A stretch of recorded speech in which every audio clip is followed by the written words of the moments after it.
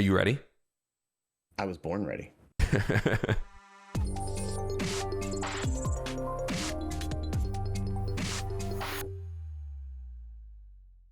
Welcome to episode 3 of the Stock Guy AL3X Show, a brand new podcast that covers topics around the world: business, news, markets, money, sports. If people are talking about it, so are we. What's up, Stocky? What's up, Alex? What's up, dude? See you wearing a jersey today. I told you that I was going to flip to this camera perspective a little quicker, so let me finish the intro real quick. Just 1 second, we'll talk about the jerseys. The Stock Guy AL3X Show can be watched, listened, and viewed on YouTube. It can also be downloaded and listened to wherever podcasts are downloaded.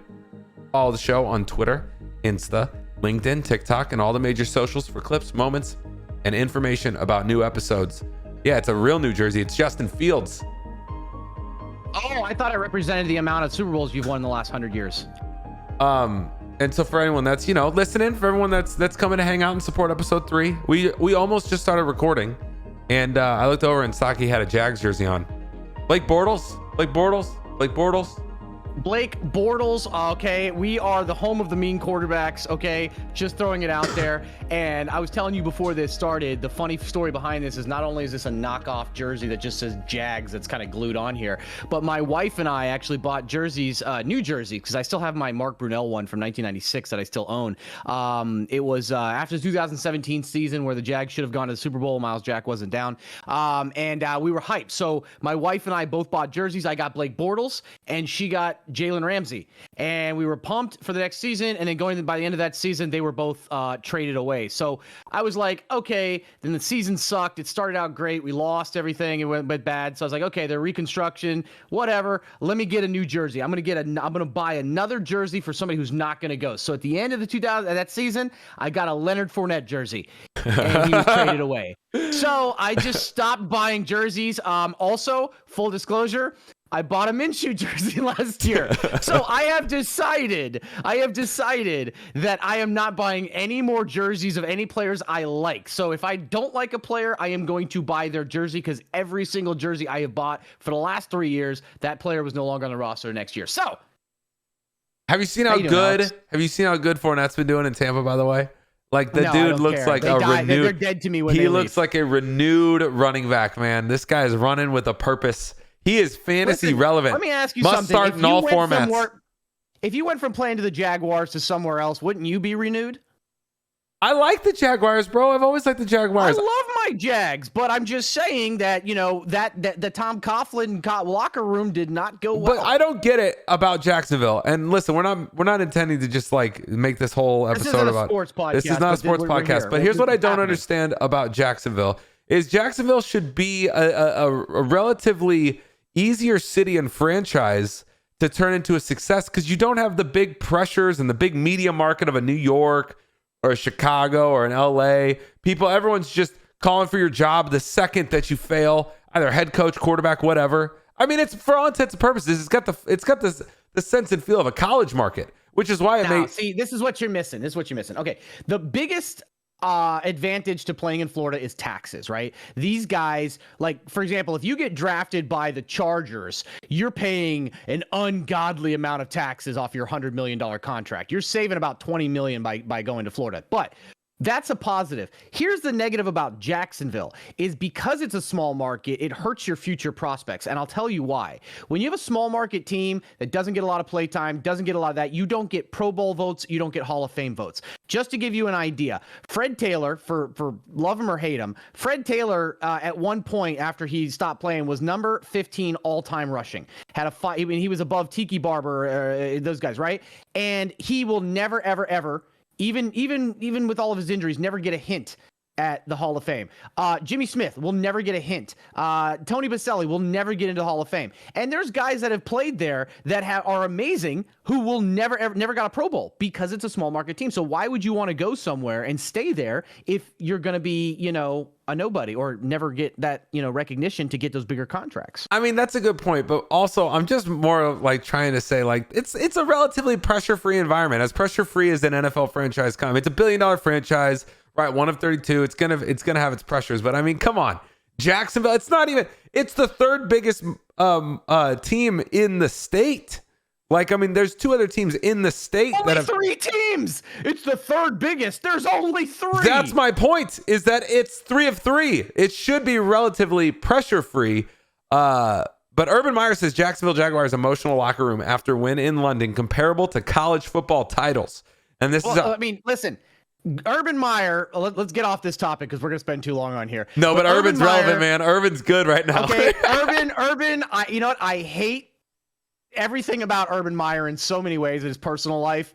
And the video of him, like, you know, like I said, I'm happy for Urban Meyer after the video because that team has been looking for a tight end for a long time, and he sure found it in that video. But speaking of which, though, he had a tight. He was doing that with that was his tight end. He found his answer with Tebow. Yeah, and his wife was banging her personal trainer while they were in Ohio State. But heard it here first. Breaking news. This is now a journalism show. We now do journalism. Breaking news. Well, let's just say that in the cameras and the whole let's pray and have all that stuff, that's Urban Meyer. But everyone in Ohio knew that he was banging all the college girls and his wife was banging her personal trainer. But regardless, fun fact, Urban Meyer didn't stay behind this time. But have you seen British women? I wouldn't have stayed behind either.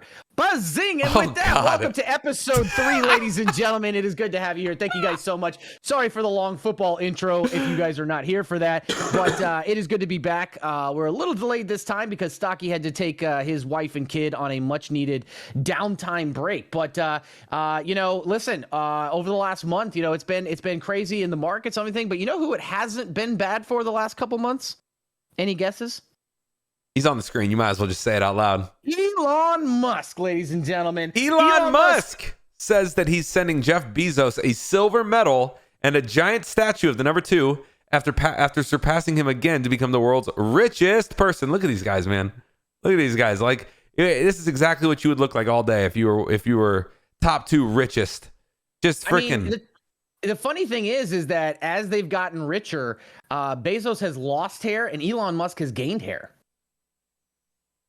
Elon Musk has gained hair, hasn't he? Yeah, if you look at his PayPal, I mean, he was balding. He was balding big time, bro. I guess this is what number 2 or number 1 gets you. Some really quality hair plugs. I need to start getting rich because I'm Guys, by the way, if you don't ever if you just found this podcast, if you're just out browsing the internet and you're hanging out with us and you've never been in Stocky's stream before, they like to razz him a lot about his receding hairline. Dude, don't let him get to you. I think you got a very, very handsome hairline. You're looking good. About as good as Elon Musk right here. I mean, look at this. That's what number 2 or number 1 will get you, the hair plugs like this, but apparently not for Bezos. But I mean, I guess he has slipped to number 2, so you know. Well, I mean, he's also number 2 because his wife took a crap load of the money. But, you know, that's why you get it is what it is. I mean, he'd still be number 1 if his wife. You know what I love about Mackenzie Bezos is that she got like 25 billion of his money and was like, you know what? Fuck this, and just donated all of it. Like, she's just giving it away, which is great. And I think it's awesome for good causes. But I feel like that's the only thing she could have done to get back at him more. She just like got in the media of her new boyfriend and them going on like all these trips with that money. Like, I'm not saying it was his money she got because she was just as much building that business as he was before anybody tries to cancel me. But I'm just saying, like, you know, you give up half the money to your wife and she just spends it all on her new boyfriend. I think. But did you see Shatner with his girlfriend? Bro, you with the wife and girlfriend takes today, man. Like Urban, Bezos, William Shatner. No, bro, I didn't see nothing about William Shatner's girlfriend. So we watched the space launch with Shatner. Yeah. He finally went into space. For those of you guys who, if anybody's not aware, William Shatner finally went into space. And when they landed, Bezos and his girlfriend came to welcome him and to do all this stuff, right? And I mean, I gotta be honest with you. If you saw that, Shatner was. I mean, he's 94 or 90, whatever. So like maybe it was age, but he seemed really drunk or high. But regardless. He hugged Bezos' girlfriend and then kept holding on to her tight as he was shaking his hand and talking to him, like with the ultimate like alpha move. It was so insane. And you could just see Bezos' eyes like, bro, that's enough. That's enough. That's enough. So on Monday, the Tesla and SpaceX CEO became the 3rd person to ever be worth 200 billion. Jesus, man. 200 billion according to Forbes. In response, Musk said he was sending Bezos a reminder of where they stood on Forbes billionaire list. I'm sending a giant statue of the digit 2. Yeah, that's what he said. to Jeffrey B. Bezos became the first person to reach 200 billion milestone in August of 2020. By the way, 4 months after the COVID. Okay, so that was a freaking. I think I read 28% his net worth grew because of COVID. Bernard Arnault, the CEO of the French luxury conglomerate Louis Vuitton. Bro, I'm gonna butcher this. LVMH Moet Hennessy Louis Vuitton briefly hit that mark more recently.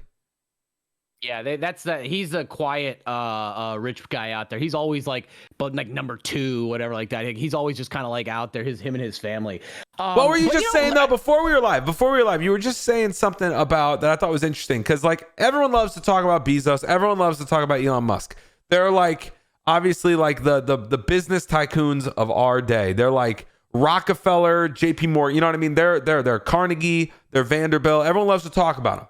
But like. What were you just saying before? Everybody loves one and nobody seems to love the other. Yeah, so, like, I'm going to piss a lot of people off here, but it's kind of like that thing where they say, everyone's a socialist until they have money, right? Like, and I know that that's a hot take, but hear me out before everybody starts doing pitchforks. So I'm not saying that, there's good and bad there, but a lot of people who are have-nots want those that have to help them, and those that have don't want to help the ones that need it because they're like, I earned this, right? So there's a stipulation there, and as we get older and we have more capital and more responsibilities, we tend to like, all of a sudden it's a big thing here, right? But I don't want to dwell on that because that's a little controversial. The reason that I'm bringing that up is that it plays into the whole flip-flop thing here, and this is what I mean by that. Jeff Bezos worth $180 billion, $200 billion. He is the supervillain. He is the embodiment of everything we hate about the gap between the rich and the poor, the 0.1% and the 99%. It's everything we hate, right? It's everything we hate. He's the bald supervillain. He's got too much money. We need to take him out. We need to get rid of him. Yeah, pitchforks, let's burn it all down. But then when Elon Musk does it and passes it and then shits on him, all of a sudden, he's our buddy. Like, nobody's mad anymore that now Elon Musk is the richest guy in the world because Elon pumps my Doge and Elon does memes and Elon's so cool and so awkward and he reminds me of me. So now I'm not as upset. And the crazy thing is, and let me give you a little tinfoil hat. We're starting early with the tinfoil hats. I think that the government is going to use Elon Musk's status as the richest person in the world to actually get convince people that tax cuts for the rich are not as big of a deal. Now, hear me out on this one too. When you're trying to sell a plan and you're saying we need to tax the rich more, right? And I'm all for that in a lot of ways. You're talking about you need a face. You need the evil guy. You need the guy to say, look at Bezos. Look at this, Lex Luthor looking motherfucker with $200 billion. He needs to pay his fair share. And everybody's like, rabble, yes, we take him down. But if Elon Musk is that guy and everybody thinks he's the cool hip guy they all relate to, it's going to be a harder sell, especially to younger people. Which is crazy. Which is absolutely crazy because if you think about who they are, and what they do in this world, like Amazon's, like what we were just talking about, Bezos' net worth went up 28% in 4 months into COVID. That is on the backs of real value for everybody, right? I mean, everybody has experienced the value of Amazon, ordering things, 2-day shipping, same-day shipping. That is real value to your life.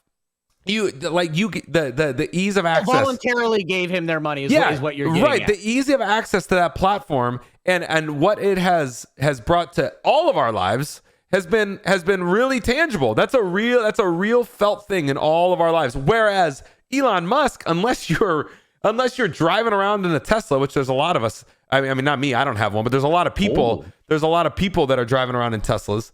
Unless you're driving around in a Tesla, he hasn't really impacted your life that much. Unless you're buying Doge. True.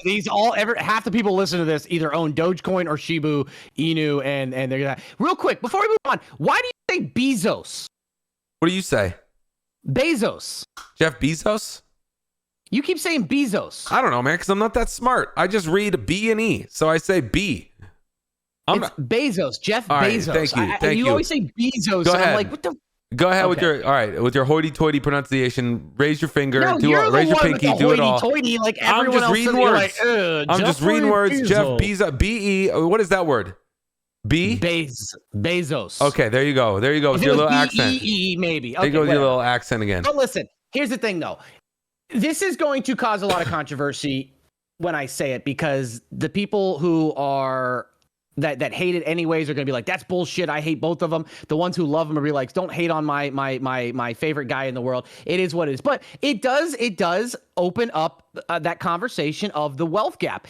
And, speaking of the wealth gap, people, you're seeing CEOs and these guys, their net worth goes up exponentially year after year, decade after decade, while the regular wages of people barely, if at all, keep up with inflation.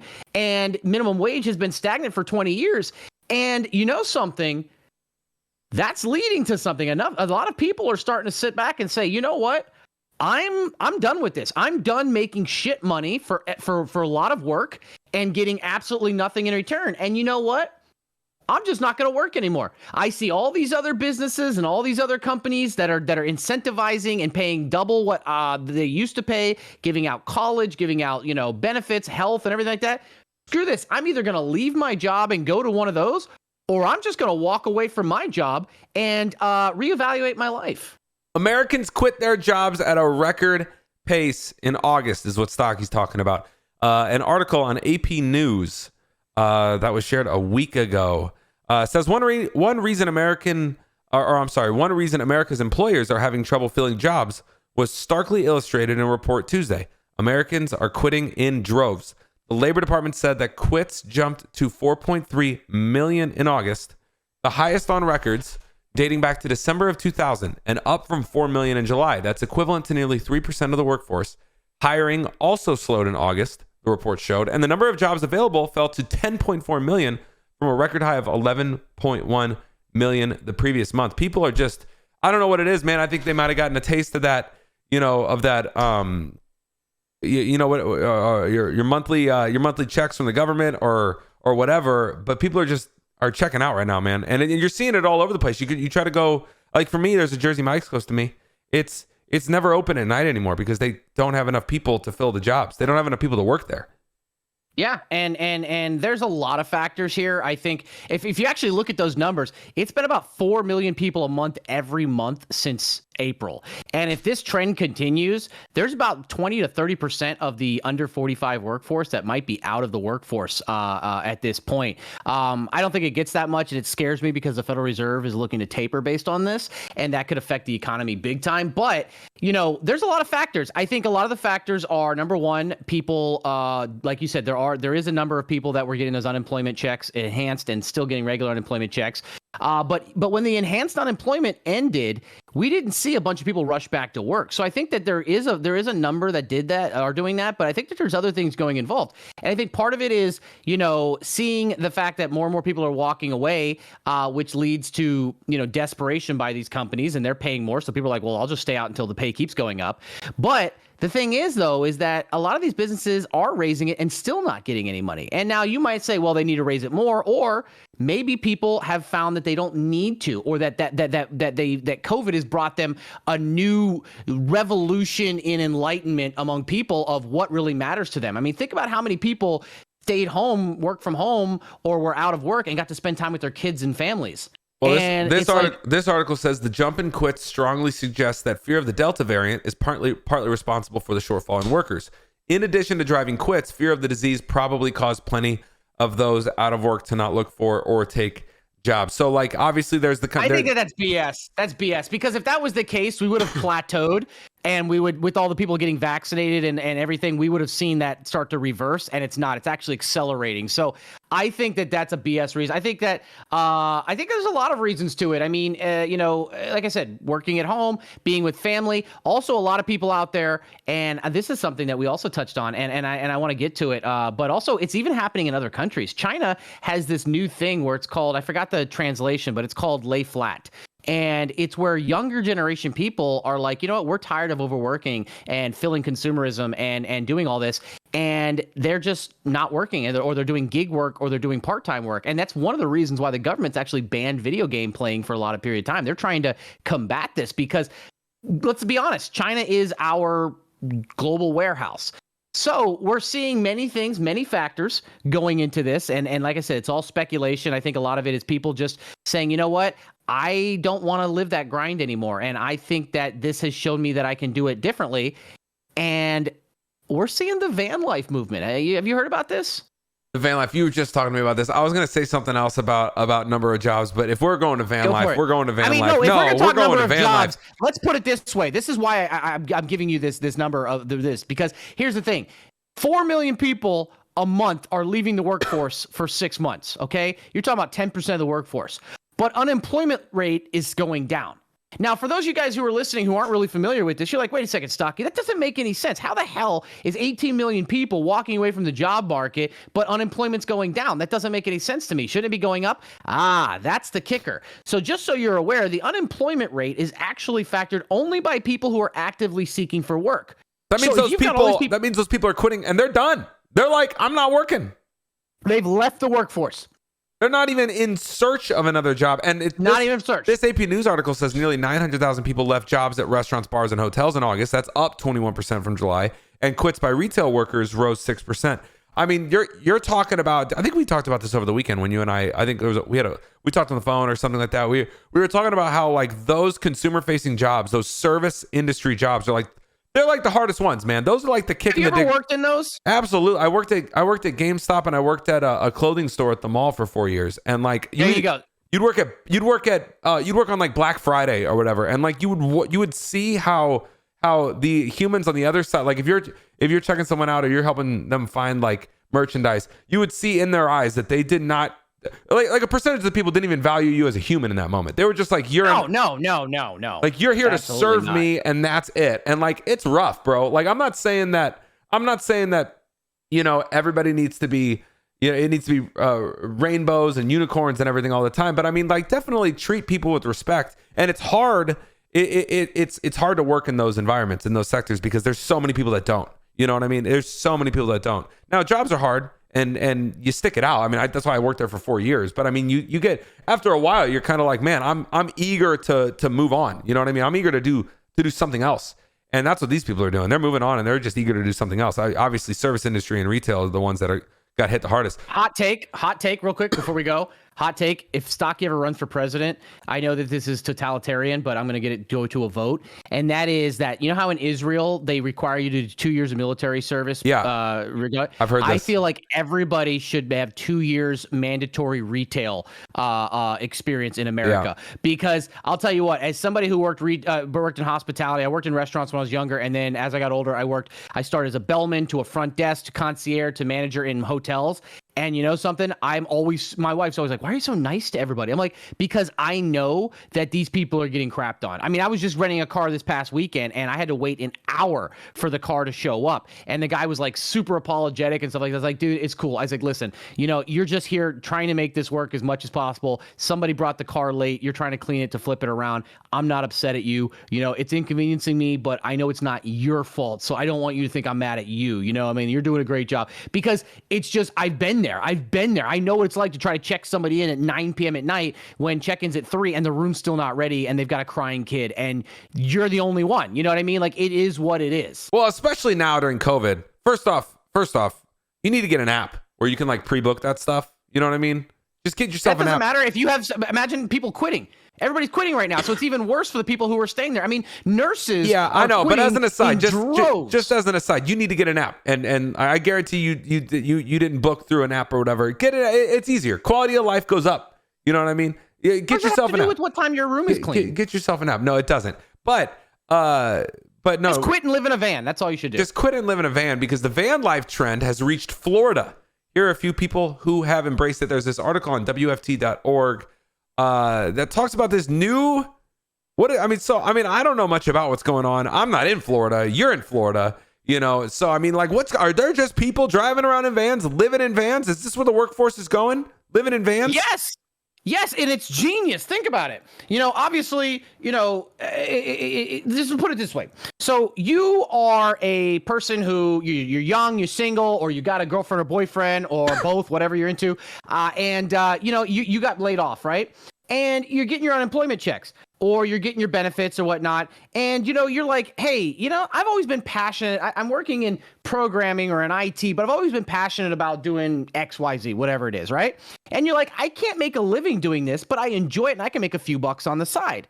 And so you start reevaluating your life. And you're like, what, do I want to spend? Now, there's going to be some consequences for these people down the road, but we can get into that later. But, it's like, do I want to go through this daily grind of getting in my car and waking up and driving in traffic for 2 hours to pay for parking, to get to my office, to my cubicle with a light that goes off, living a shit life and repeating that every day to grind? Do I really want to do that? Is it worth it? So then they say to themselves, okay, I see everybody else doing this. Well, what is that? They get laid off from COVID.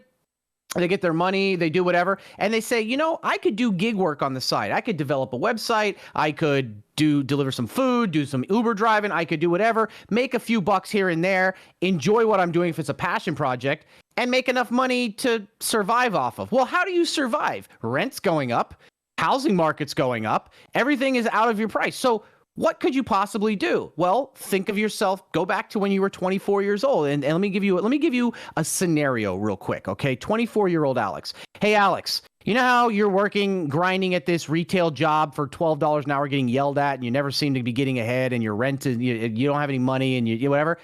How about this? How about you get a van, take your savings, buy yourself a van, spend a few months building it out, put a nice comfortable bed, a TV, solar panels, a little sink, a little shower, a little toilet, whatever like that. And you buy yourself a laptop, do gig work on the side for just enough money for gas and food, and you can travel the entire country. Stay as many days where you want, wherever you want, and just live that life. Listen, man, to each their own. I don't judge anybody for how they choose to walk through this life, as long as you're not harming others or inhibiting others to do the exact same. How attractive did that sound to 24-year-old Alex? To 24-year-old me personally, it doesn't sound attractive. I like the grind, bro. I'm addicted to the grind. Well, you're an entrepreneur. You're not working now, but I'm talking about retail Alex who didn't have the idea. Okay, sure.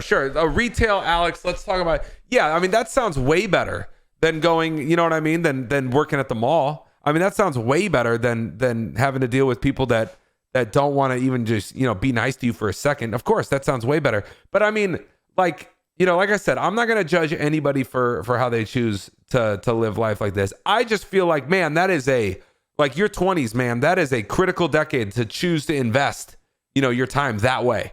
Right. I mean, that's not what they're thinking. They're thinking, and that's why I'm concerned about the van life people. Like, everyone's talking about this freedom, and I love it. There were so many times, even now, I think to myself, what would happen if my wife and baby were asleep, I went and bought an RV and just left? You know what I mean? Like, I think to myself, how awesome would that be? And then I think to myself, no, I have to stay home. But no, all jokes aside, when I was growing up, I thought about this way before van life. I was like, you know what? I wish I could just buy an RV and just travel. I have my retirement check from the military. I'll just travel, and that's all I'll do. I can spend 5 days in Yellowstone and 3 days in Glacier National Park and do whatever I want whenever I want. Now, that sounded good, and it would probably be fun for a while. But here's the downside. This is what these kids don't know, is that as much as that grind and that work sucks, walking away from that is going to screw them big time, because eventually it's either going to get old or they're going to have to settle down or do something. And what's going to happen when they're 40, 50, and 60? They have no savings. They have no retirement. They have no assets, no home. They have a van that's broken down. They probably bought another van.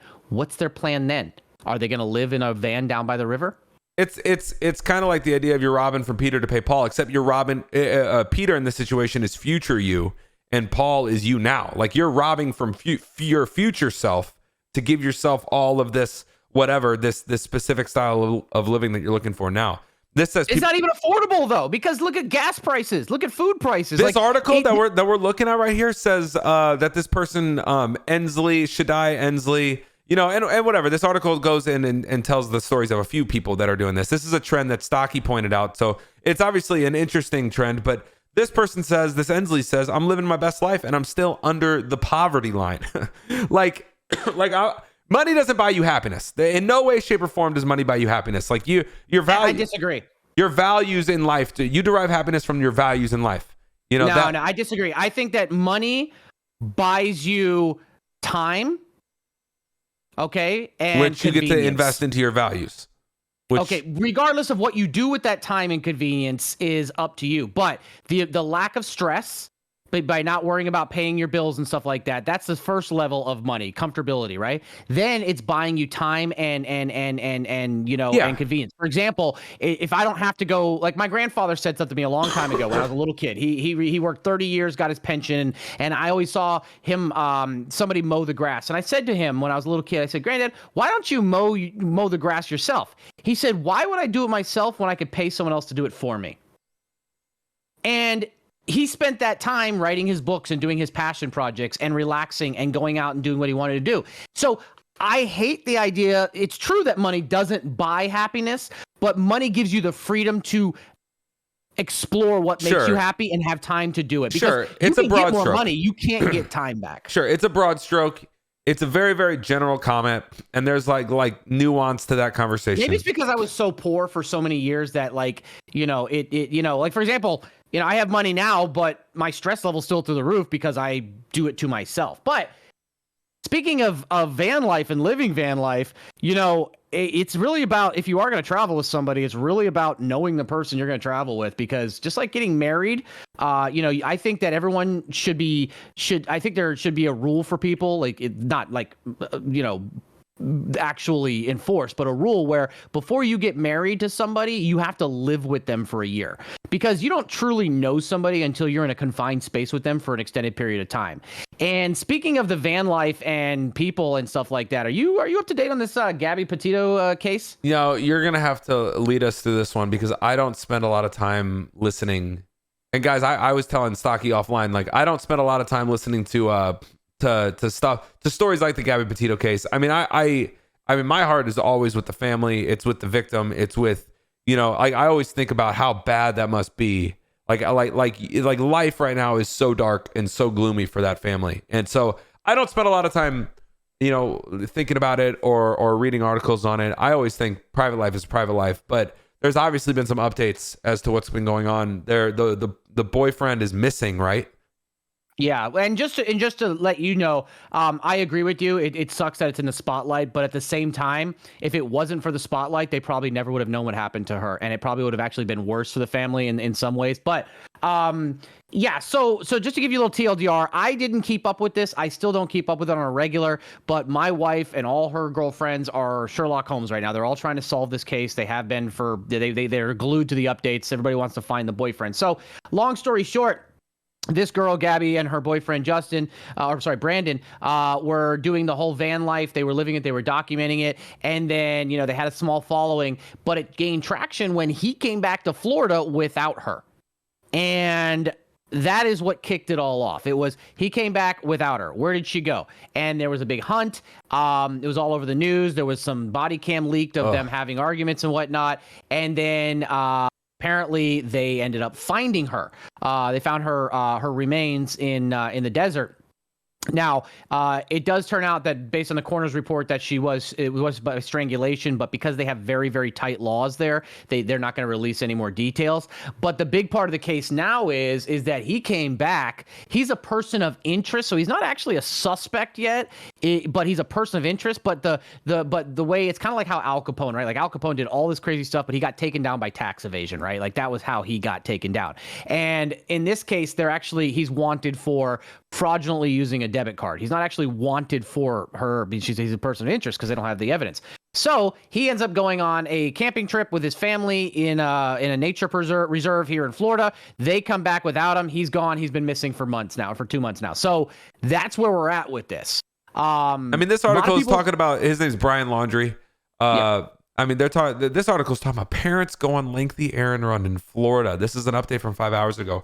I mean, my God, bro, the level of detail in which these families are going to be like under the microscope right now, which is, I mean, obviously, like you feel for the victim's family. I mean, like more than anything, and the victim, like, God, it's just, this is miserable to even think about, like, you know what I mean? What they might be going through. But Jesus, man, this is such a, like, the microscope is on this, bro. Well, I mean, it's been all over the news. I mean, it's cooled down a little bit until they find him, but it's been all over the news, and it's actually brought up this whole thing of, is this a thing of missing white girl syndrome? Talk a little bit more. Are you familiar with the term? I've heard it before, but talk a little bit more about it.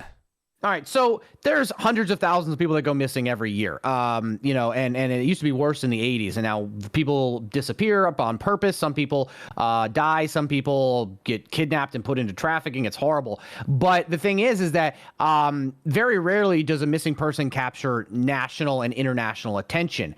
But the idea, and at least what's going on online, is that it's all, every time when it does, it's a pretty, a Caucasian American girl who does it. If you're not that, you don't get that kind of attention. And so people are saying, why does she get the attention, but people who don't fit that specific description end up getting that attention? And, politics out of it, I guess there is a bit of truth to it. I mean, now, obviously, she was an influencer, so she had a following and stuff like that. But the question becomes, why is her case so crazy and so everybody cares about it, but not the other 200,000 people out there? What separated her case and his case? Right. There's so many of these. There are so many bad stories, right, of humanity gone wrong. And it feels like when these get brought up, obviously, one of the biggest ones that we've ever experienced was the Casey Anthony trial, right? That was a huge deal. But like, what makes one more interesting for people than the others? Which, and I hate to say the word interesting, but what's driving all of this coverage is the attention that these outlets know that they're gonna get from covering it, right? So everybody speaks with their clicks. So when they put out an article on, Gabby Petito or Casey Anthony way back when, and it gets clicks and it gets attention, the platform or the outlet, whoever it is, says, "Oh wow, that worked. We can get better ad premiums if we keep driving stories like this, because they're going to drive more traffic, this, that, or the other." We all know that. That's how clickbait works. But like, why? What makes certain ones of these go viral versus the others? And I think it's relatability. I think it's relatability, and it's the idea of an image of perfection being shattered, right? So think of O.J. Simpson, right? O.J. Simpson was the star football player. Everybody loved him. Everybody knew him. He was this whatever. And then all of a sudden, it becomes a shatter of perfection, and then it becomes a racial divide, right? And so you can drive that narrative, right? Casey Anthony, they made, regardless of what you think of her, whatever like that, she was the party girl mom with the beautiful little baby who was innocent and murdered her kid, or was an accident, and then all of a sudden it drove that, oh, I was a young mom, I had a baby, how could she do this? And then they latched on to that. George Zimmerman, right? Like, this was and Trayvon Martin, like, he was acquitted, and later on we found out more of the stuff, but there was a narrative driven there. I mean, for example, one side during the whole thing was painting him as some small guy who was attacked by this other guy and was defending his life because he was going to die. The other side was only posting pictures of Trayvon Martin from when he was 13, even though he was like twice the size, and then the other guy, they made him look like really big even though he was skinnier. So they drive these narratives to incite anger and to incite divide, and that's what brings clicks. I mean, think about this girl right here. I mean, it's all about the villain versus the innocent person and how it can be driven. And I'm gonna be honest with you, I think the guy himself is probably I think he probably took his own life. I think that based on what I saw about him, he seemed like he was not okay anyways, and I think that's probably what happened. But we'll see how it is. I think we'll keep up with it. I'm not gonna make a point of it for us to be on our show a lot, but we'll see what happens when if they find him. I think that would be interesting conclusion there, but I figured we just bring it up since we were talking van life, and that's kind of something that was in play. Yeah, but and for the larger, because these guys, this Gabby and Brian seem to be van life bloggers, right? They were producing content or making content for like what, YouTube, their Instagram, and all that kind of stuff, all around this van life idea. I mean, the van life trend clearly is one that's becoming more popular. I know a few people that have taken this route of, oh, I'm at the tail end of my 20s. like I've saved up some money, you know what I mean? I'm going to just go and depart. Like, I'm going to go do my thing. Like, that's fine, whatever. Like I said, I don't make any judgments on people. You live your best life. But this says it's just about it. Go ahead. Well, I mean, this article says that people under age 25 spend nearly 24% of their pre-tax income on housing. According to the U.S. Bureau of Labor Statistics, millennial van lifers, however, spend zero. So there you go. That's real. I mean, that's a real. But they also don't make money generally because they're moving around, so they don't have stable jobs. That's why the gig work is so important. But they were doing social media, and I'll be honest with you, maybe content creation is the way to do van life and make a lot of money. I mean, do you see that Twitch leak? I mean, you're number 412, right? Am I getting that number right? 412. According to this, where were you on that list? I couldn't find you. I'm not on that list, bro. Like don't even rhetorically, don't even patronize. I'm not on that list. Don't even. Look at you with that smile. This right here is a full .esports posted a full list of all Twitch payouts. The Twitch leak that happened a week and a half ago, which is old news at this point. But Stocky's number 412, so it's like, hey man, let's get some peepo clap for Stocky. That's a top 500, man. That's like you're a Fortune 500 Twitch streamer, so that's a big deal. They posted all the payouts. I actually didn't even look. I wasn't interested at all. I don't know about you. Did you scour over all this? I hate you. Did you? I mean, if I was going to be that low down on the list, I wish I would have been number 420. You're close. So basically what happened was big internal leak, source code, everything got leaked from Twitch. We saw stuff like, do not ban lists and like all kinds of stuff. But what happened is the Twitch successful payouts for the last 2 years of every streamer, the top 10,000, got leaked. And but it was just payouts. So it's just sub money, bits, bounties, and stuff like that. So that was what was leaked. Now, the crazy thing about this, yes, I was number 412. According to it, I made, 300 something over the last 2 years. But here's the crazy thing about the list. And this is what's crazy. A lot of people surprisingly seemed shocked at how much people made, which is weird because, you kind of, all you have to do is really, a lot of these streamers, how many subs it is. It's knowledge. You can see it and just add the amount of money. Listen, I'm a dumb guy, right? I say BEZOS, not BEZOS. I'm not smart. I don't do things intelligently. I always do things the wrong way first, and I learn through life from my own mistakes. I'm not one of these smart people in this world. However, like a lot of people publish or publicize their sub count. It's right on the stream, right? So you just take basic, that number times 5 and then divide it by 50% or whatever you suppose their split might be, and there's the number. And like, I'm with you. I saw so many people on Twitter that were just losing their mind about the actual money people were making, and like, oh, could you imagine living off this or that, or saying, oh, wow, could you so much more. Oh my God, those numbers are so low, because I can't give any specific numbers or names out there, but I have networking, and I have a lot of good relationships with some of these streamers. Some of those streamers, that was like a third of what they actually made, because it doesn't take into account sponsorships, which are the bread and butter. It doesn't take into account direct donations, which is a massive amount. It doesn't take into account merch sales. It doesn't account into appearances and stuff like that. Like, I know one person on there who makes, according to that, made over $1.5 million or $2 million over 2 years, but they actually made about almost 10. So it's insane. But there's a reason these people get paid. You can't be mad. These people are providing. It's like getting mad at BEZOS. Now BEZOS is a little bit different because his company actually screwed over other companies. But these people are not. They're getting money, especially in this case. Forget I even said Bezos, because this is a totally different thing. These people want to give money to these people, whether it's through a subscription or a donation to get recognized or to ask a question. It is what it is. What's funny? And a lot of people think that myself and Hassan, who's a big streamer on the platform for politics, everyone thinks him and I have a bad relationship. We don't. I think that him and I have a lot of the same, things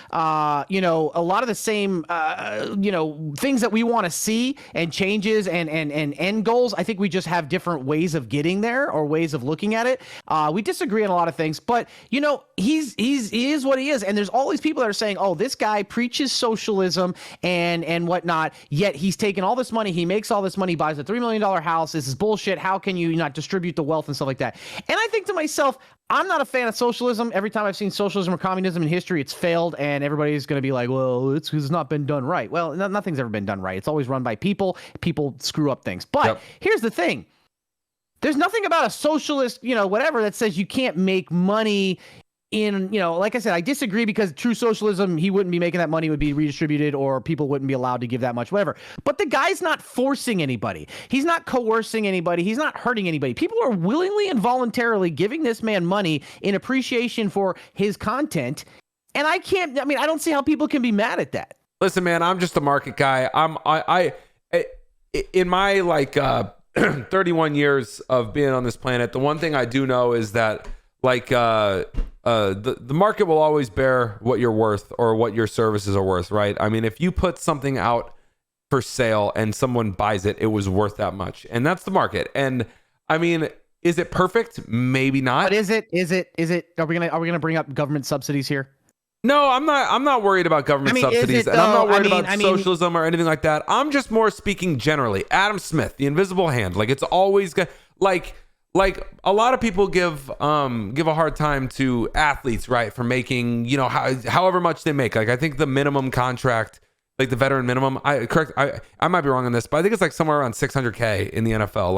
Like you make a lot of money. I thought it was a little lower, but it might be $400K, something like that. I mean, either way, you're dealing with a ridiculous amount of money, right? I mean, that's a lot of money to make, annually. So I mean, you're a lot of people will give those players a hard time, but at the end of the day, I'm like, listen, you know how many people are tuning into these NFL games? You know how many people are watching? And whenever the good players go down, you realize that nobody else watches. Like the ratings take a huge dive whenever your starting quarterback goes down. Tom Brady, when he was with the Patriots, if he was sitting, not that he ever did, but if he did, it'd lose so many viewers. So then because the viewers go away, the advertisers go away. And when the advertisers go away, the platform doesn't make as much money. And I mean, I'm not saying anything that's brand new here. I mean, these are old concepts. You're worth what the market can bear. So I mean, I never will give anybody a hard time in this world for working hard and bringing value to others. I don't care how you do it. If you're bringing real value to people, you'll get paid, right? I mean, now again, broad strokes. This is generalist stuff, but I mean, for the most part, if you're making a lot of money, it's because you're bringing a lot of value. You're bringing that much value somewhere in this world. I mean, that's the market right there. That's one thing that people who are hate the market. And like I said, oftentimes people say, well, socialism doesn't work, or communism doesn't work because it's never been implemented right. And I'm like, yeah, but that's the same argument can be said about capitalism, right? Like me trying to defend capitalism in America with crony capitalism is the same as trying to, defend communism in China, right? Like it's never going to be perfect. So you can't do that. But the market, like you said, in a free, quote unquote, free market, it generally, with some exceptions, with a lot of exceptions, but generally tends to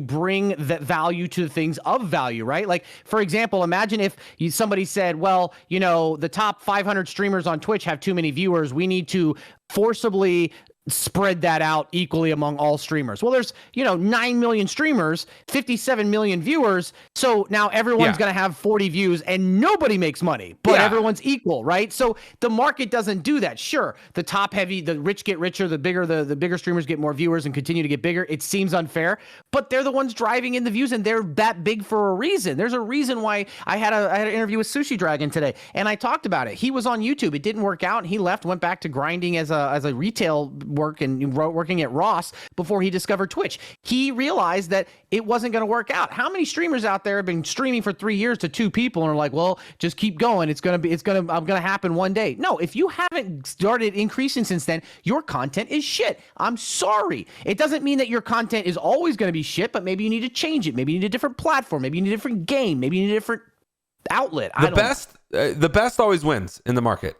Because the consumer doesn't lie with their dollars. They give their money and they give their attention wherever they feel it benefits them the most. Until the government gets involved in 2 ways. Number one, subsidies, right? Farms, right? In order to farming doesn't make enough money, but we need food to feed it, so government would do that. So the government is the only one that screws that up by maybe they impact the economics to where these sort of general rules don't apply. So there's 2 ways they do it. Either 1, they subsidize you, or 2, they pay you to be a wizard. How much do you get paid to be a wizard? I mean, I don't know the going rate, but if we do comp sets, I would say about $16,000 a year to be a wizard. Council to stop paying the wizard $16,000 a year after 23 years on the payroll. The Christchurch City Council, that's CCCC, the Quad C, as it's affectionately known, the Quad C will stop paying the wizard $16,000 a year after more than 2 decades on the public payroll to provide acts of wizardry for the city. The Wizard of New Zealand, also known as Ian Brackenbury Channel, that's a long name. Ian Brackenbury Channel, but it's New Zealand. It's Ian. What you got a problem with New Zealand? I mean, I don't have a problem with New Zealand.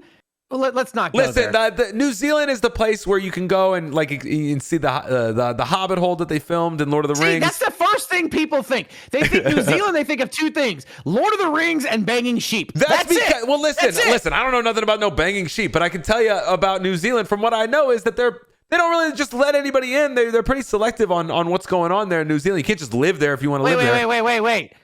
We don't let nobody come in them borders now, do we, huh? The Quad C will stop paying the wizard. Oh my God. The Quad C will stop paying the wizard $16K a year after more than so now it's okay to be selective about people coming in the country. Yeah, so I'm sorry, I already read that. Also known as Ian Brackenbury Channel, said the council had decided to stop paying him because he did not fit with the modern image of the city. Over his 23 years on the payroll, the council has paid him a total of $368,000. Is that about as much as you need to be number 412? They are a bunch of bureaucrats who have no imagination, he said. They're not thinking of ways trying to think what it's like to be behind the Ryan, by the way, when you're editing this, can you please just beep that out? Let's just give it a nice little yeah. We'll just make sure that we beep that out. They're not thinking of ways to promote Christchurch overseas. They are just projecting an image of bureaucrats drinking lattes on the boulevard. Dude, no way. This is a picture. Not Madrinas? There is a, we won't bleep that. Because they're very selective on what they let in the country. We won't bleep that out. That was a nice plug. Shout out Madrinas. The wizard photographed at the Arts Center on Friday has been on the Quad C payroll since '98. Look at this guy, bro, making $16K a year. That is enough to cover your rent. As long as you're living modestly. Let's say you got a little 1-bedroom or a little studio and you're not living in I want to know how that started. Like, I wish I knew about this story about a year ago, but apparently they canceled the wizard because of inflammatory, misogynistic comments. Like, I didn't even know the guy had a social media, or maybe he did it in an interview. But wait, that's what happened here? Yeah, that's not what they're saying. They're saying that they have decided to move on to better tourist or tourism avenues, and they're going to use that money to reassess their tourism. But it turns out that it happened at the same time. Like, he made some kind of like anti-woman, like off key. Like, I don't think it was like really bad, but I think it was like off key enough to where the country like that is like freaks out because they have a female prime minister. So I could be wrong. Maybe he said something really bad and I sound like I'm defending him. But from what I gathered, it was like some off-colored remark about like anti-feminism or something like that, and it just so happened that's when they cut it. But they paid him $16,000 US in conversion rate for 20-something years, since 1998, to do acts of wizardry in the town. We were talking about you're worth what you bring in the market. Did he bring in at least $16,000 worth of tourism? Do you think yearly he brought in $16,000 to that town? Again, I don't think that's the market. I mean, that's the government, right? That's what I'm saying. But like the government, like, are they? I mean, like, how would you feel as a taxpayer? Yeah, seeing that guy every single day for 23 years, being like, "Are you shitting me? We got shit schools, and we're paying this guy to fucking." You know what he probably was? You know what I imagine it like? Go to New York City and find some like schizophrenic homeless guy who's on crack, like just yelling at a building. Give him an outfit as a wizard and just pay him. And I wonder if it would work out. I mean, I'm sure New York would probably like enjoy it. He said their image of Christchurch is nothing to do with the authentic heritage of the city. I am the original image of Christchurch, is what he said. Bro, I'm actually like kind of rooting for this guy now. You know what I mean? That's why I don't want to say that until I read his comments. Yeah, I don't know what his comments were. Like barring anything like crazy, like super like discriminatory, like, I mean, or just even a little bit discriminatory. None of that. If he didn't say anything bad, I'm rooting for this guy. I mean, maybe he said, you see them sheep down there. Yeah, I grab them by the, I don't know. The council has met with the wizard and sent him a letter thanking him for his services to Christchurch over the past decades and informing him that we are bringing our formal contractual agreement to a close. Bro, he looks so proud. You know what he should do? You know what he should do? And this is what I think he should do. He made enough money doing that. He's old enough. He should move to America before next year and collect Social Security. I'm telling you, that's his next move. Because if he wants to make money and he wants to be set for life, he takes that money, he invests it, he moves to America before next year because his Social Security check is about to be fat. All I'm saying real quick before we move to Social Security, all I'm going to say is if things have been going pretty well in that town, like, don't disrupt the apple cart, you know what I mean, if you're not ready for the consequences. Maybe, you needed that wizard's protection. All of a sudden, you're going to start getting the boogeyman and other They banned guns last year, so I guess they don't need a wizard anymore. Social Security cost of living increase will boost benefits 5.9% in 2022 as inflation spikes, and the article on usatoday.com just starts with, now that's more like it. See, here's the thing. I've been telling people for a while, if you did not get a 5% pay raise last year, you took a pay cut. And the reason is that the average pay increase, if anybody's still working, I don't know, but the average pay increase is about 3% a year to keep up with inflation. But last year, this year, inflation was about 5%, right? So if you didn't get a 5% raise, you're not keeping up with inflation. However, seniors and Social Security is getting its largest raise of all time in a single year of 5.9%. Now, you're talking about something that already costs us trillions of dollars a year, getting a 5% increase. What's 5% of a trillion? $50 billion. $50 billion. There you go. $50 billion. That's just for 1 trillion. Okay. So that's an increase. Where does that money come from? Hot take, but fun fact. Actually, not so fun fact. Did you know that by its definition, Social Security is a Ponzi scheme? I'm not anti-Social Security. Before anybody comes in here and goes, well, Stocky, one of them Trump boys who hates to tell you. No. I'm not a far right anything. I will say, let me just say 3 episodes in is the first time that we're not only 3 episodes in, we're 56 minutes into episode 3. It's the first time the name Trump has made it here. I'm pretty proud of that. Another little peepo clap. Anyway, go forth and conquer.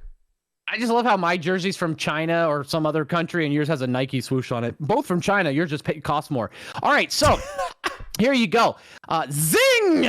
Okay, so moving on. So Social Security by its definition is a Ponzi scheme. What is a Ponzi scheme? It's where one group of investors are paid out from the money of new investors, right? And it just continues to cycle that way. There's no actual growth. There's no actual asset increase. It's just money from early investors, right? And they're paid returns from new investors, and it just keeps continuing. Exactly how Social Security is. A lot of people say, well, I'm paying my Social Security for my future. No, you're not. You're paying for the people that are currently receiving it. Well, here's the problem. The boomer generation, who is the ones collecting it and will be continuing to collect it, are being supported by a younger generation. However, and this is something we talked about previously, population is starting to dwindle and people are having less and less kids, meaning that if we continue to shrink in population size, that when we get older, there won't be enough people to pay for us. And if inflation continues to go up, and you might be saying to yourself out there, Stocky, how the hell are boomers getting a 5.9% increase when everyone else is losing money and we're not getting that? Well, that's because these guys are the ones in charge of the laws. Stocky, what do you mean? Old people aren't in charge of the laws. Our politicians are. No, old people vote. And they are the ones who vote for their people who promise them to keep a 1-to-1 inflation increase with Social Security. So they're going to get more money. They're going to keep up with inflation. Not that Social Security is a lot of money. I'm not trying to make it seem like people are out there getting handouts and being, whatever. But that's how it's working. And as of next year, 5.9% increase. We're talking tens of billions of dollars. Where's that money coming from? The roughly 70 million people, retirees, disabled people, and others who rely on Social Security will receive a 5.9% cost of living adjustment next year. The Social Security Administration said Wednesday. That's the biggest jump since 1982. How many years is that? 40 years? It's been if you 40 take the years? Actual amount of money, it's the biggest increase, in history. It's just insane. I haven't even done the math yet, but based on what we're going to see next year, if you pull up the debt clock, it'll tell you it's insane. It's insane. Before I pull up the debt clock, I'd rather pull up what this man in Bosnia Herzegovina. Again, if I don't know how to pronounce things, so if I said that wrong, whatever. but I apologize to this country. But a man in Bosnia Herzegovina built a rotating house so his wife can always choose her view. Now this is I'm telling you, this is the content that people on the internet need. This is what people. You know, speaking of older people and retirement, listen, this is how you do it, right? You become a wizard for 28 years. You get your money. You move. You get your Social Security increase. You take that money. If you're married, there's one thing I've learned as somebody who's been married, and that is happy wife, happy life. Now, this gentleman, his wife had. Well, I'm sure she had plenty. She had one complaint, and that was that she couldn't see. She liked the different views, right? Like one day she wanted to see this view, and one day she wanted to see that view, and one day she that. And I'm assuming it got to the point where he's just like, all right, fuck it. I can't take this anymore. I cannot take this anymore. I am going to build a house that rotates so I don't have to hear about how the view isn't good enough every day. Bro, I'm just trying to think about the plumbing of this. Like, what's. Like, is this an outhouse off situation? Of a center, the bathroom just has to be in the middle of the house. That's what I'm saying. Is this an outhouse situation where it's just a big hole in the center? Like, is that what's going on here? Or no, I mean, if you have a big center pipe, you have pipes that go down that. Or think about it this way: they've got to have a great garden, because if you put the outhouse at the end of the house as it rotates and you poop every time, fertilizer. You're fertilizing at a great rate. I'm sure they got great vegetables. Would you ever eat? Never mind. No, I would not. I would not. But Matt Damon did. Matt Damon did. If I was on Mars, I would. I'd pull a Matt Damon. You know what's funny is it filters all that crap out. I mean, it is what it is. I mean, like most people would die in a zombie apocalypse because they wouldn't have water. That's why I have a life straw, not an ad. I can suck out use water from a urinal and it'll be clear water. But here we go. So there's two ways of looking at this story. Number one, guy loves his wife, is beautiful, and wants to give her happiness and builds a rotating house so she can see a different view anytime she wants. The other is she wouldn't stop talking about it, wouldn't stop nagging about it. The dude couldn't take it anymore and built an entire house just to stop the nagging. This story was posted on Twitter. Oh, second time I hit the audio from that. This post. You want to know why? No, go ahead. Well, this was posted by Cheddar News. So at Cheddar on Twitter, shout out at Cheddar on Twitter. They posted this story. I just think it's amazing, bro. I try to imagine. I would rather think about this in a way where the guy like designs some sort of like innovative, like, you know what I mean, some sort of like plumbing system and infrastructure system. Or foundational system where it like all moves together. I would prefer to think about it like that, just so he can make his wife happy out there on that rolling bluff that he lives on. I would rather think about it like that. I think it's a beautiful story. I really do. And I think the plumbing is probably, I think that wherever the middle is, because that stays in place as it's turning, there might be pipes down the middle that just kind of just stay there that you know, you do your plumbing there. If that's the case, I'd have to look more into it. But did you see the update from it? No. Yeah, he actually disabled the mechanism. It doesn't rotate anymore? No, his wife started complaining that she was getting dizzy. Oh my god. I forgot you said that joke in the when we were doing this and getting the script ready or getting the run of show ready, he made that joke an hour and a half ago. Man. Oh god. All right, bro, there's a lot that we didn't get to today, guys. There's stuff about vape approvals. There's some better than last time though. Last time we spent like an hour on one topic. I think we did really good, and today's topics were fun. We didn't get to vape approved or Reagan shooter or sequels for the second week. We'll try again next week. Guys. Episode 2 sucked compared to episode 3. Episode 3 today was really, really fun. The last thing before we leave, do the Jaguars play this week? Or are they on bye?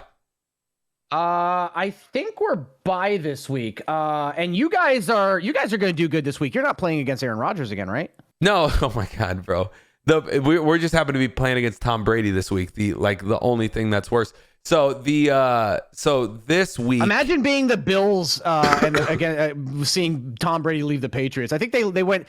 I think the Patriots went something like 32-3 against them while Tom Brady was there. Did you see the Bills? Did you see the Bills on the Monday night game? Did you happen to catch the end, Derek? No, all I saw was Derrick Henry's run and that fan. As a Jaguars fan, there is always, anytime somebody shows Derrick Henry highlights, there's that one play where he just stiff-armed like 6 Jaguars players and ran 99 yards. So Chris Henry is a freak of nature. Okay, the man. Did you see his high school plays? Yes. Oh my God, Derrick Henry. You're talking about Derrick Henry. Yes. Derrick Henry's a freak. In college, listen, I'm a football nut, so I would talk about this very, very deeply, but I'll just tell you this. In college, his final year at Alabama, he, in back-to-back weeks, ran for 36 rushes and 44 rushes. He combined for, 90 rushes in 2 weeks? And those weren't just his cupcakes beginning of the year stuff or that weird November game the SEC likes to play. That was the Iron Bowl. That was the Iron Bowl against Auburn, and that was the SEC title game against Florida. This guy's a freak, man. He's been doing this for years. He's like the best of all time. But since the Jaguars aren't playing this week, let's get one. I'm looking at the Tampa Bay Chicago line. So the spread, what are we looking at? It's 12 and a half. Okay, here's my new thing. Okay, here's what I'm going to do every week. All right, I am going to pick the biggest upset for money line that I can. So it's got to be somebody who's favored money or line? is favored to lose. So sorry, not money line. Spread. So it has to be someone who is expected to lose by 9.5 or more, who covers. That's my Arizona. That's my new thing. Here, let me go through a few of those. Arizona and Houston. Houston is getting 17.5 points. All right, what's this? Week 7? Week 7. I just told you Arizona and Houston. There's also I'm looking at this right now. Okay, hold on. Let me look at this right now. So what do we have? We have at negative 9.5 or more. So I've got Green Bay, Washington. Green Bay's favored by 9.5. I've got LA, Detroit. LA's favored by 15. Wow, really? This week's kind of crazy. 3 of the 4 of Tampa Bay is they're giving Tampa Bay 12.5 against Chicago. I just told you that 3 of the 4 3:00 games are all spreads of double digits or not more, but double digits, like into the teens, like 12.5, 15.5, whatever, 17.5. That's the afternoon, the 3:00 game. So there's a lot of big spreads this week. Are you going to pick one? All right, if I have to take one to cover, I am going to take the Lions. Lions against the Rams? Yeah, I think Plus that the Rams 15.5. are really good, but I kind of like the grit that the Lions have played with outside of the Bengals game this past weekend. I think, losing to the Ravens by 2, losing to the Vikings by 2, coming within 10 of the Bears. I think at that spread, I think 15 points in the NFL is a lot for any two teams. And I think that they've played a lot of tight games outside of the Cincy game. So I would take as Stockies. This is the new thing every week. I have to take one team that is 9.5 or more points to lose to cover. And I'm going to take the Detroit Lions at plus 15 to cover that spread. Stocky's pick of the week, Detroit Lions plus 15. The money line's plus 700 if you feel strong enough to take them outright. I'm going to look back down at the Bears Bucks game. It's plus 12.5. Bears are getting 12.5 points at home. The Bears beat the Bucks last year. The Bucks won the Super Bowl. The Bears had Mitchell Trubisky. Okay, so the Bears beat the Bucks last year. That's all I'm going to say. This year we have a better quarterback. Justin Fields is trash. This year we have a better quarterback, Jay Fields. Really? Let's make it happen. Guys, thank you everybody for listening. This Sounds is like copium that you didn't get Trevor Lawrence. Go ahead. This has been another installment. Bro, Trevor Lawrence, we'll talk about this off air. This has been another installment, another episode of the Stock Guy and Alex Show. Guys, thank you so much for being here today with us. We're going to be doing this every single week or every other week for a little while. We're going to get this thing the weekly at some point. But guys, this was episode 3 of the Stock Guy and Alex Show, a brand new podcast that covers topics around the world: business, news, markets, money, sports. If people are talking about it, so are we. The Stock Guy and Alex Show can be watched, listened, and viewed on YouTube. It can also be downloaded and listened to wherever podcasts are downloaded. Follow the show on Twitter, Insta, LinkedIn, TikTok, and all other major socials for clips, moments, and information about new episodes. All right, do your thing. No, I just realized that this is an ex-sponsor of mine, so why would I give them free advertising? Listen, Alex, great to see you. Missed you this past weekend. We need to get this to every week because this is too much fun. People love it.